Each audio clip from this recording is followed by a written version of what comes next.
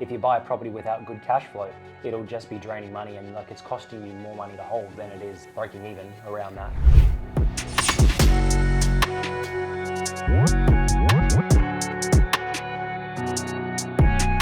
Part of the strategy, which you probably already know, is buying with growth, for growth, capital growth, and then rental yield, and also trying to buy under market value. But the other part of it, which it's basically trying to time a state, because different states go through these growth cycles at different times essentially, and it's about trying to essentially buy as many properties in a particular state before it goes through that big growth wave. And what I've noticed and what I've learned is like basically every single state will have these growth cycles where sometimes they'll be flat for like 7, 8, 10 years, and they won't have much growth at all. But then funnily enough, what happens after that, usually they have a big growth cycle over 3 or 4 years. And that's what happened to Queensland. Like I remember back in 2019, only 4 years ago, we were buying properties for like 300,000 in 2019 in Queensland, and the same property sold in 2009, so like 10 years earlier, for almost the same price. It barely moved in 10 years. And they had these flat periods and then, big growth kind of explosions over 2, 3, 4 year periods. So like over a 15-year period, a property market,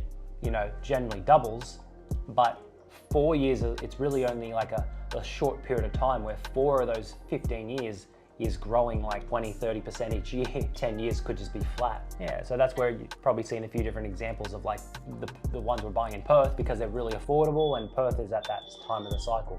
We always negotiate the properties based on market value. So like if there's on the average would be 15% below the average, below what other ones are normally going for. They're all gonna be the same. They're just gonna look different, that's all. Like one might be 2 bedroom, one might be 1 bedroom, one might be a villa, a townhouse, a unit, but they're all literally as good as each other to me personally.